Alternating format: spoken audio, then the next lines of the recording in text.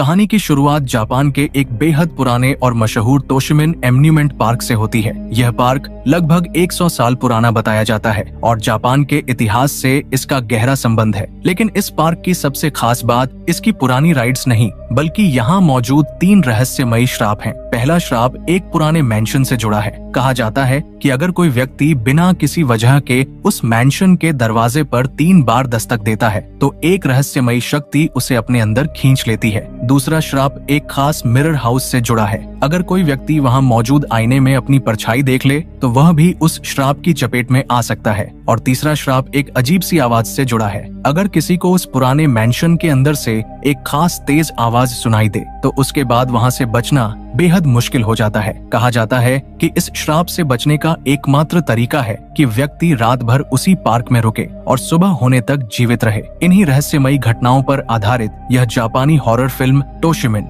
The haunted park साल 2019 में release हुई थी। फिल्म की कहानी के अनुसार इन घटनाओं के बाद टोशिमिन पार्क को पूरी तरह बंद कर दिया गया था। फिल्म की शुरुआत में एक लाइव स्ट्रीमर अपने कुछ दोस्तों के साथ रात के समय चोरी छिपे इस बंद पड़े पार्क के अंदर घुसता है। उसका मकसद इस पूरी घटना को लाइव स्ट्रीम करना था। वह अपने दर्शकों को बताता है कि आज वे टोशिमिन पार्क के 3 रहस्यमयी श्रापों को खुद आजमा कर देखेंगे। सबसे पहले वे उस पुराने मैंशन के दरवाजे के पास पहुंचते हैं। वहां पहुंचकर वह लड़का दरवाजे पर लगातार 3 बार दस्तक देता है। इसके तुरंत बाद मैंशन के अंदर से एक अजीब आवाज सुनाई देती है और आसपास का माहौल भी अचानक बदल जाता है। शुरुआत में सभी लोग थोड़ा डर जाते हैं, लेकिन कुछ देर बाद उन्हें लगता है कि शायद यह सिर्फ एक सामान्य आवाज थी और यहाँ कुछ भी असामान्य नहीं हुआ। इसी दौरान उनके साथ मौजूद एक लड़का अचानक मैंशन के अंदर गायब हो जाता है। बाकी लोग समझ ही नहीं पाते कि वह आखिर गया कहाँ। उसे ढूंढते हुए एक लड़का उसी मैंशन के दरवाजे तक पहुँचता है और अनजाने में फिर से दरवाजे पर 3 बार दस्तक दे देता है। लेकिन इसके बाद जो होता है वह और भी डरावना था। जब वह वापस मुड़कर देखता है तो उसके साथ आई एक लड़की भी अचानक गायब हो चुकी होती है। वह घबराकर आसपास उसे ढूंढने लगता है, लेकिन वहाँ कोई दिखाई नहीं देता। तभी उसे चारों तरफ से अजीब अजीब आवाजें सुनाई देने लगती हैं। ऐसा लगता है जैसे कोई अदृश्य चीज उसे चारों तरफ से घेर रही हो। डर के बावजूद वह जोर से चिल्लाकर पूछता है, कौन हो तुम? अगर हिम्मत है तो सामने आओ। लेकिन उसके इस चैलेंज के बाद वहाँ मौजूद रहस्यमयी शक्ति अचानक उसके सामने आ जाती है और वह लड़का भी गायब हो जाता है। लाइव स्ट्रीम में उसकी चीखें सुनाई देती रहती हैं, लेकिन कुछ ही समय बाद सब कुछ अचानक शांत हो जाता है और फिर फिल्म में टोशिमिन पार्क की सबसे मशहूर राइड दिखाई जाती है, एल डोराडो कैरोसेल। रात के घने अंधेरे और धुंध के बीच यह पुराना कैरोसेल अपने आप चलने लगता है। आसपास कोई इंसान नहीं होता, फिर भी कैरोसेल घूम रहा होता है और उसके साथ एक पुरानी रहस्यमयी धुन बजने लगती है। इसके बाद कहानी की मुख्य किरदार साकी से हमारी मुलाकात होती है। साकी एक स्टडी वीजा सेंटर से बाहर निकलती है। उसके कॉलेज के लिए विदेश जाकर पढ़ाई करने की तैयारी पूरी हो चुकी थी, इसलिए वह बेहद खुश थी। घर लौटने के बाद साकी अपने सामान की पैकिंग करने लगती है। तभी उसकी दोस्त अंजू उसे फोन करती है और बताती है कि अगले दिन उनके सभी दोस्तों का गेट टुगेदर रखा गया है। साकी भी इस बात के लिए तैयार हो जाती है। अगले दिन घर से निकलने के बाद साकी की मुलाकात एक महिला से होती है। यह महिला उसकी पुरानी स्कूल फ्रेंड युकी की माँ होती है। स्कूल के दिनों में साकी और युकी बहुत अच्छे दोस्त हुआ करते थे। दोनों हमेशा साथ रहते थे, लेकिन एक दिन युकी अचानक गायब हो गई और काफी तलाश करने के बाद भी उसका कोई पता नहीं चला। युकी के गायब होने के बाद उसके माता पिता भी उस इलाके से चले गए थे, इसलिए आज अचानक युकी की माँ को अपने पुराने घर के सामने देखकर साकी काफी हैरान हो जाती है। युकी की माँ उसे बताती है कि वह यहाँ रहने के लिए नहीं आई है, वह इस पुराने घर को किसी और को बेचने आई है। इसके बाद वह साकी को उसके और युकी के बचपन के दिनों की बातें बताने लगती हैं। साकी चुपचाप उनकी बातें सुनती रहती है। जाने से पहले युकी की माँ साकी को टोशिमिन पार्क के कुछ टिकट देती हैं। साकी पहले इन टिकटों का इस्तेमाल नहीं करना चाहती थी, लेकिन आखिरकार वह उन्हें अपने साथ ले लेती है। कुछ देर बाद साकी अपने दोस्तों से मिलने एक कैफे में पहुंचती है। वहां उसके दोस्त उसे बधाई देते हैं क्योंकि वह कुछ ही दिनों में विदेश जाने वाली थी। बातों बातों में साकी अपने दोस्तों को बताती है कि उसे टोशिमिन पार्क के टिकट मिले हैं और यहीं से उसके दोस्तों के मन में एक नया आइडिया आता है। वे सभी आखिरी बार साथ में टोशिमिन पार्क जाने का फैसला करते हैं, लेकिन टोशिमिन पार्क जाने से पहले साकी और उसके दोस्त युकी के पुराने घर को एक बार देखने का फैसला करते हैं। उन्हें लगता है कि इतने समय से बंद पड़े इस घर में शायद कुछ अजीब देखने को मिल सकता है। सभी लोग घर के आसपास घूमकर देखते हैं, लेकिन शुरुआत में उन्हें कुछ भी असामान्य नजर नहीं आता। तभी साकी की नजर घर के अंदर जाती है और उसे ऐसा लगता है जैसे कोई व्यक्ति वहां ऊपर नीचे घूम रहा हो। साकी तुरंत अपने दोस्तों को यह बात बताती है। सभी लोग उस तरफ देखने लगते हैं और फोन से वीडियो बनाने की कोशिश करते हैं, लेकिन उन्हें वहां कोई दिखाई नहीं देता। यह पूरी घटना साकी को काफी अजीब लगती है।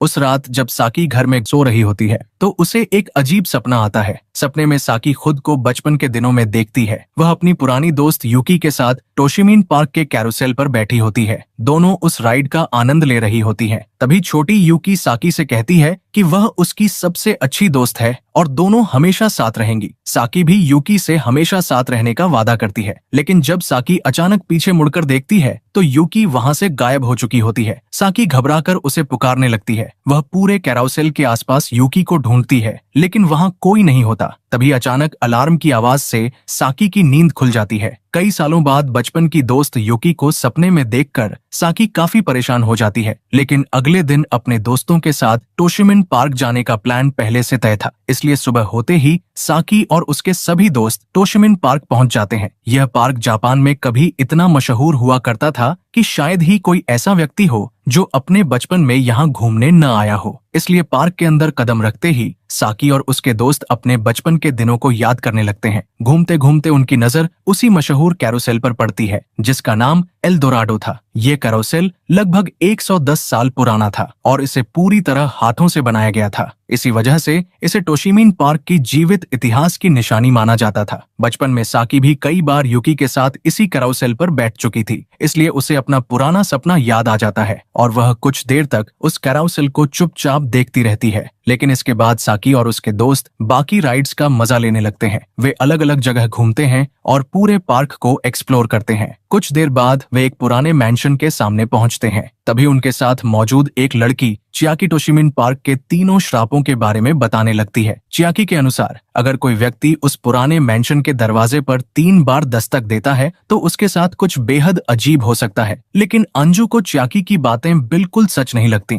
उसे लगता है कि चियाकी बस सबको डराने के लिए ये कहानी बना रही है। तभी चियाकी अंजू को चुनौती देती है। वह कहती है कि अगर अंजू को उसकी बातों पर विश्वास नहीं है तो वह खुद जाकर उस मैंशन के दरवाजे पर 3 बार दस्तक देकर दिखाए। अंजू भी इस चुनौती को स्वीकार कर लेती है। वह साकी को साथ चलने के लिए कहती है, लेकिन साकी इस बात से काफी डरती है। तभी उनके दोस्त काया वहां पहुंचते हैं और बिना डरे मैंशन के दरवाजे पर 3 बार दस्तक दे देते हैं। साकी यह देखकर हैरान रह जाती है, लेकिन काया हंसने लगता है। तभी अचानक मैंशन के अंदर से एक आवाज सुनाई देती है। सभी लोग डरकर पीछे हट जाते हैं, लेकिन कुछ ही सेकंड बाद मैंशन के अंदर से एक स्टाफ मेंबर बाहर निकलता है और उनसे पूछता है कि क्या उन्हें किसी चीज की जरूरत है। सभी को समझ आता है कि वह कोई भूत नहीं बल्कि मैंशन का कर्मचारी था। इसलिए सब लोग हंसने लगते हैं और अपनी ही डरपोक हरकत का मजाक उड़ाते हुए वहां से जाने लगते हैं। लेकिन तभी काया अचानक मजाक करने लगता है। वह चिल्लाकर कहता है कि उसे मैंशन के अंदर खींचा जा रहा है और बाकी लोग उसे बचाएं। बाकी सभी लोग भी इसे मजाक समझकर काया को वहीं छोड़कर आगे बढ़ जाते हैं।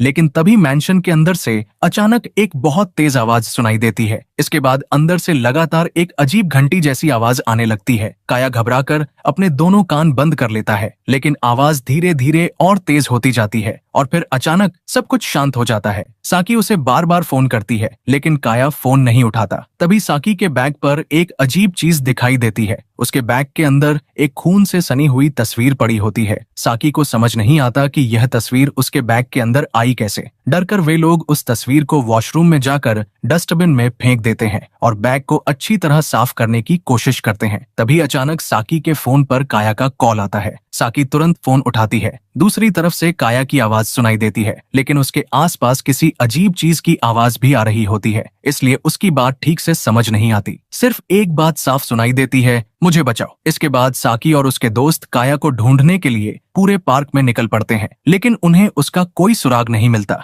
दूसरी तरफ काया अचानक खुद को एक स्कूल के अंदर पाती है। वह एक क्लासरूम में खड़ी होती है और उसके सामने उसे अपने पुराने क्लासमेट्स दिखाई देते हैं। लेकिन सबसे डरावनी बात यह थी कि काया अचानक अपने अतीत में पहुंच चुकी थी। ऐसा लगता है कि काया अचानक समय में पीछे चली गई थी और अपने पुराने स्कूल के दिनों में पहुंच चुकी थी। वह अपने आसपास देखती है और उसे अपने पुराने क्लासमेट्स दिखाई देते हैं। तभी काया को समझ आता है कि वह उस समय में आ गई है जब वह और उसके दोस्त अब भी स्कूल में पढ़ते थे। उस समय बाकी सभी दोस्त आपस में घूमने जाने की योजना बना रहे होते हैं। सभी इस बात को लेकर काफी उत्साहित होते हैं, लेकिन यूकी को लेकर साकी थोड़ी परेशान रहती है, क्योंकि उसे पता था कि यूकी शायद उनके साथ नहीं जाएगी। यूकी हमेशा से काफी शांत और इंट्रोवर्ट लड़की थी, इसलिए बाकी लड़कियां उसे अपने साथ ज्यादा शामिल नहीं करना चाहती थीं। सिर्फ साकी ही यूकी के साथ रहती थी और उसका साथ देती थी।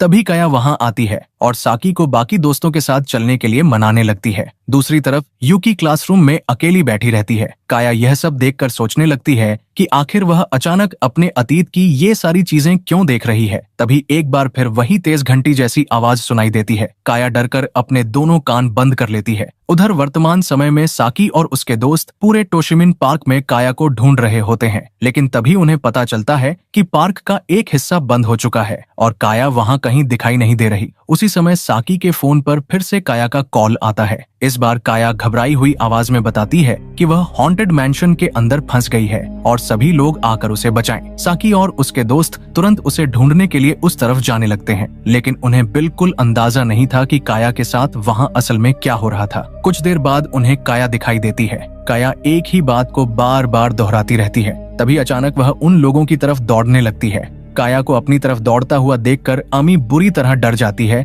और तुरंत वहां से भागने लगती है, लेकिन तभी रास्ते के बीच एक अजीब सी जगह आ जाती है और आमी वहीं फंस जाती है। वह डरकर चीखने लगती है और अपने दोस्तों को पुकारती है। तभी अंदर से एक बड़ी पपेट जैसी चीज बाहर आती है और आमी को डराने लगती है। आमी बहुत ज्यादा डर जाती है और लगातार चिल्लाकर कहती है, तुम कौन हो, मुझे जवाब दो। लेकिन आसपास से कोई जवाब नहीं आता। तभी अचानक आमी के फोन पर एक मैसेज आता है। यह मैसेज उसके फ्रेंड्स ग्रुप चैट से आया था। उसमें सभी ने लिखा था कि चाहे कुछ भी हो जाए, उस अजीब चीज से बात मत करना और उसके सवालों का जवाब बिल्कुल मत देना। इसके तुरंत बाद लगभग 4 से 5 सेकंड तक एक बहुत तेज और डरावनी आवाज सुनाई देती है। आमी डरकर अपने दोनों कान बंद कर लेती है। उसी समय उसके सभी दोस्त वहां पहुंच जाते हैं। आमी उन्हें बताती है कि उसने गलती से उस अजीब चीज से बात कर ली थी। इसके बाद वे सभी आमी को अपने साथ लेकर हॉन्टेड हाउस से बाहर निकल जाते हैं, लेकिन चियाकी को अब भी लग रहा था कि काया को इस हालत में यहाँ छोड़कर जाना सही नहीं होगा। जब चियाकी ने बाकी लोगों से यह बात कही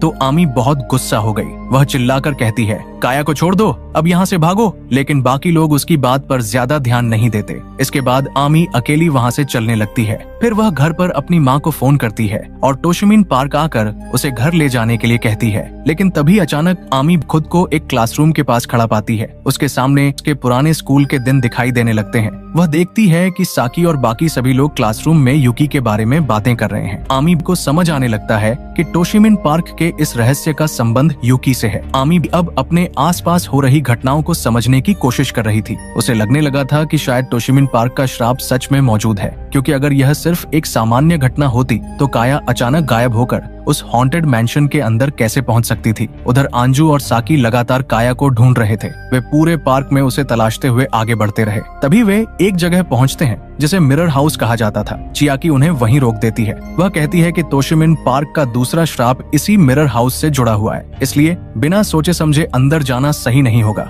लेकिन अंजू और साकी काया को अकेला छोड़ना नहीं चाहते थे, इसलिए चियाकी भी मजबूरी में उनके साथ मिरर हाउस के अंदर चली जाती है। अंदर पहुंचकर वे काया को ढूंढना शुरू करते हैं। कुछ देर बाद उन्हें एक लड़की जमीन पर बैठी हुई दिखाई देती है। पहली नजर में उन्हें लगता है कि शायद वह काया है, लेकिन जब वे उसके पास पहुंचते हैं तो वहां सिर्फ उसका बैग पड़ा होता है। काया खुद वहां मौजूद नहीं थी। तभी चियाकी की नजर सामने लगे एक बड़े मिरर पर पड़ती है और उसी पल उसे मिरर में यूकी का रिफ्लेक्शन दिखाई देता है। चियाकी जोर से चीख उठती है। साकी और अंजू भी मिरर की तरफ देखते हैं। अब उन्हें भी वही रिफ्लेक्शन दिखाई देता है। तीनों बुरी तरह डर जाते हैं और तुरंत मिरर हाउस से बाहर भागते हैं। बाहर आने के बाद चियाकी बार बार कहती है कि जो कुछ उसने सुना था वह सब सच था। टोशिमिन पार्क का श्राप सच में मौजूद था। वह अंजू को याद दिलाती है कि उसने पहले ही उन्हें मिरर हाउस के अंदर जाने से मना किया था, लेकिन अंजू को चियाकी की बातें पसंद नहीं आती। वह गुस्से में चियाकी को चुप रहने के लिए कहती है। साकी अब पूरी तरह परेशान हो चुकी थी। उसे समझ नहीं आ रहा था कि अचानक उनके साथ ये सब क्यों हो रहा है। काया गायब हो चुकी थी। मिरर हाउस में यूकी का रिफ्लेक्शन दिखाई दे चुका था और चियाकी लगातार टोशिमिन पार्क के श्राप की बातें कर रही थी। आखिरकार चियाकी साकी को पूरी सच्चाई बताने का फैसला करती है। वह बताती है कि यह सब आज से शुरू नहीं हुआ था। असल में इस घटना की शुरुआत लगभग 3 साल पहले हुई थी। उस समय साकी और उसके सभी दोस्त स्कूल के बाद टोशिमिन पार्क घूमने आए थे। यूकी भी उनके साथ थी, लेकिन यूकी बाकी लोगों की तरह ज्यादा घुल मिल नहीं पाती थी। वह काफी शांत और शर्मीली लड़की थी। इसी वजह से बाकी दोस्त अक्सर उसका मजाक उड़ाते थे। उस दिन भी वे सभी यूकी को परेशान कर रहे थे। वे उससे कहते हैं कि वह बहुत बोरिंग है और हमेशा चुपचाप रहती है। अगर उसे भी बाकी लोगों की तरह कूल बनना है तो उसे कुछ ऐसा करना होगा जिससे वह सबको साबित कर सके कि वह भी डरपोक नहीं है। तभी उन्हें इंटरनेट पर टोशिमिन पार्क के श्राप से जुड़ा एक वीडियो दिखाई देता है। यह वही वीडियो था जिसे फिल्म की शुरुआत में दिखाया गया था।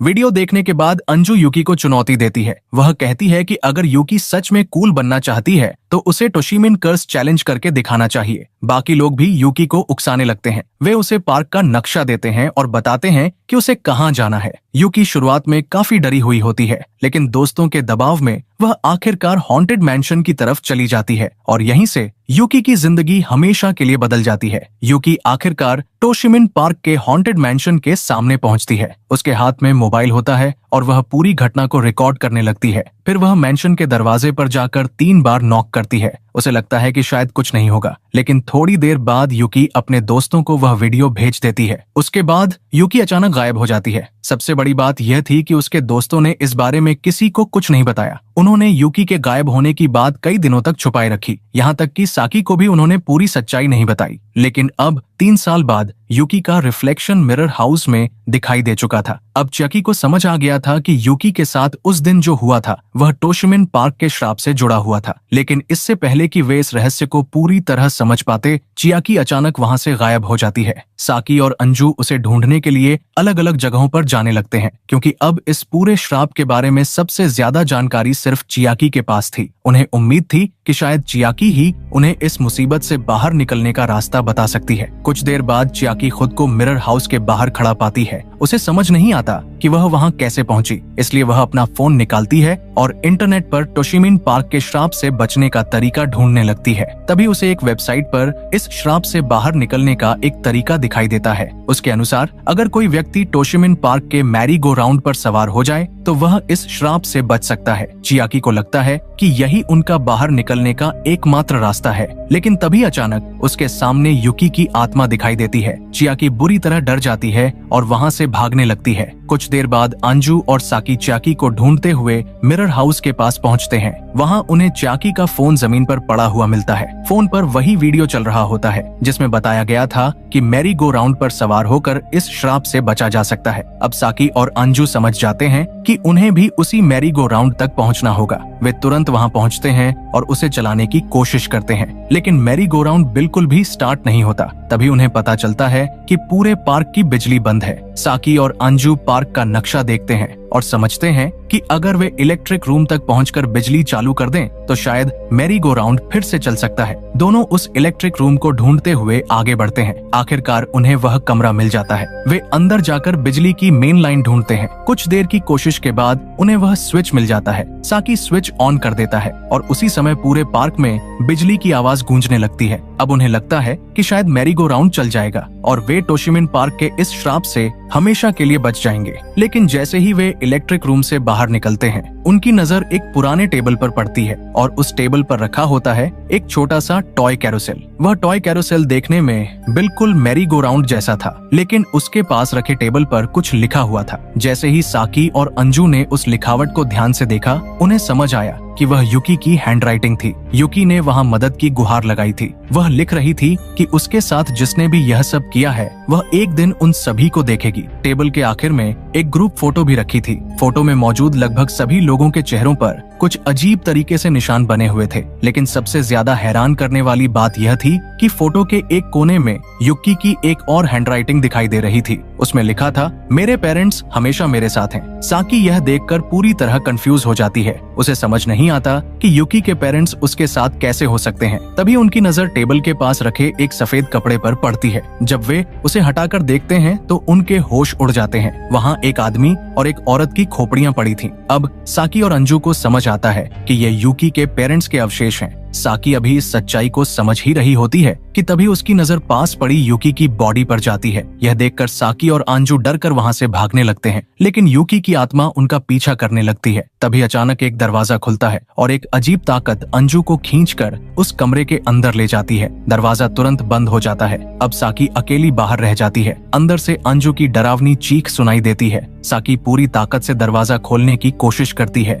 लेकिन दरवाजा नहीं खुलता। कुछ देर बाद वह दरवाजा अचानक अपने आप खुल जाता है। साकी डरते हुए फिर से कमरे के अंदर चली जाती है, लेकिन उसके अंदर जाते ही दरवाजा दोबारा बंद हो जाता है। अब साकी समझ जाती है कि वह भी इस कमरे के अंदर फंस चुकी है। वह पूरी ताकत से दरवाजा धक्का देकर खोलने की कोशिश करती है, लेकिन कुछ भी काम नहीं करता। कुछ देर बाद कमरे में अचानक पूरी तरह शांति छा जाती है। साकी धीरे धीरे पीछे मुड़ती है और तभी उसे युकी अपनी तरफ धीरे धीरे बढ़ती हुई दिखाई देती है। उसी समय साकी को अपने पुराने स्कूल के दिनों की एक याद आती है। उसे याद आता है कि उसने कभी युकी से वादा किया था कि वह उसे कभी अकेला नहीं छोड़ेगी, दोनों हमेशा साथ रहेंगे। लेकिन अब साकी को एहसास होता है कि वह अपना वादा निभा नहीं पाई। वह युकी से माफी मांगती है। तभी साकी की नजर उस ग्रुप फोटो पर पड़ती है। कुछ देर पहले जब उसने उस तस्वीर को देखा था तो बाकी सभी लोगों के चेहरे अजीब तरीके से बिगड़े हुए थे, लेकिन साकी का चेहरा बिल्कुल सामान्य था। उसे लगता है कि शायद युकी ने उसे अपना सबसे अच्छा दोस्त समझकर माफ कर दिया था। लेकिन अब जब साकी दोबारा उस फोटो को देखती है तो उसका चेहरा भी बाकी लोगों की तरह बिगड़ चुका होता है।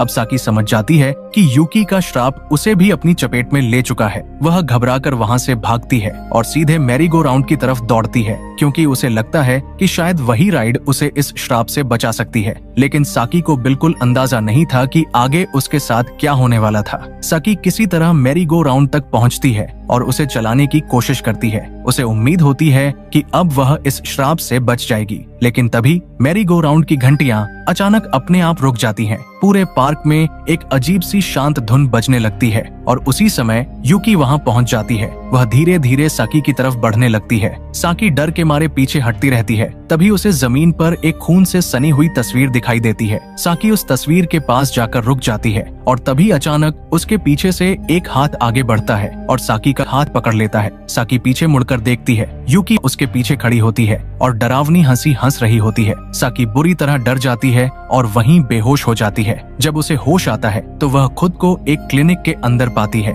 साकी को समझ नहीं आता कि उसके साथ आखिर हुआ क्या था। उसे यह भी समझ नहीं आता कि युकी के हाथों से वह आखिर कैसे बच गई। कुछ देर बाद साकी क्लिनिक की खिड़की से बाहर देखती है। तभी उसे पता चलता है कि वह अभी भी टोशिमिन पार्क के अंदर ही मौजूद है। अब साकी के दिमाग में अचानक एक पुरानी याद लौटती है। 3 साल पहले का वह दिन जब साकी और बाकी सभी दोस्त युकी के साथ टोशिमिन पार्क आए थे। उस दिन बाकी लड़कियां युकी पर टोशिमिन कर्स चैलेंज करने का दबाव डाल रही थीं, लेकिन साकी को पता था कि युकी अंदर से यह चैलेंज नहीं करना चाहती थी। जब साकी वापस उसके पास आती है तो युकी उससे अपनी परेशानी के बारे में खुलकर बात करती है। वह बताती है कि बाकी लोग उसे इस चैलेंज के लिए मजबूर कर रहे हैं, लेकिन साकी उसे समझाती है कि अगर वह खुद यह चैलेंज नहीं करना चाहती तो उसे बिल्कुल भी करने की जरूरत नहीं है। यह सुनकर युकी काफी खुश हो जाती है, क्योंकि वह खुद भी इस चैलेंज को लेकर डरी हुई थी। लेकिन इसके बाद युकी साकी को समझाने लगती है। वह कहती है कि साकी को बाकी लड़कियों के पीछे पीछे चलने की जरूरत नहीं है, सिर्फ इसलिए कि कोई उसे कूल समझे।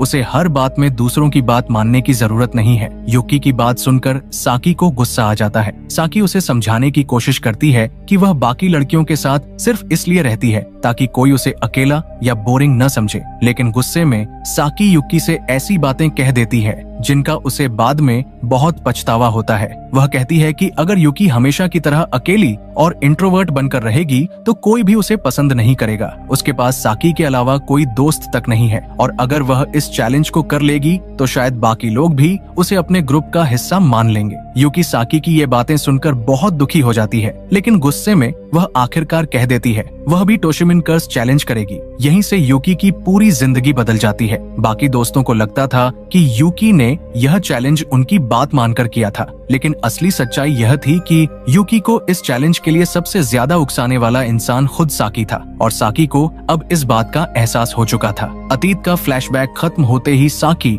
फिर से टोशिमिन पार्क के उसी क्लिनिक में लौट आती है। कमरे में चारों तरफ अंधेरा छा चुका था। कुछ देर तक सब कुछ शांत रहता है, लेकिन फिर वही डरावनी घंटी दोबारा बजने लगती है। घंटी की आवाज लगातार तेज होती जाती है और साकी समझ जाती है कि यूकी अब उसके बिल्कुल करीब आ चुकी है। धीरे धीरे यूकी कमरे के अंदर आती है। उसके चेहरे पर एक डरावनी मुस्कान होती है। साकी को एहसास हो जाता है कि यूकी अब उसे अपना आखिरी शिकार बनाने वाली है, लेकिन असली डरावनी बात यह थी कि साकी अब यूकी के श्राप से बच नहीं सकती थी और इसी डरावने पल पर फिल्म की कहानी खत्म हो जाती है। तो दोस्तों, यह थी टोशिमिन द हॉन्टेड पार्क फिल्म की पूरी कहानी। अगर आपको यह मूवी एक्सप्लेनेशन पसंद आया हो तो वीडियो को लाइक जरूर कर देना और चैनल को सब्सक्राइब भी कर लेना, ताकि ऐसी ही मजेदार और रहस्यमयी फिल्मों की कहानियाँ आप तक लगातार पहुँचती रहें। मिलते हैं अगले वीडियो में, तब तक अपना ख्याल रखिए।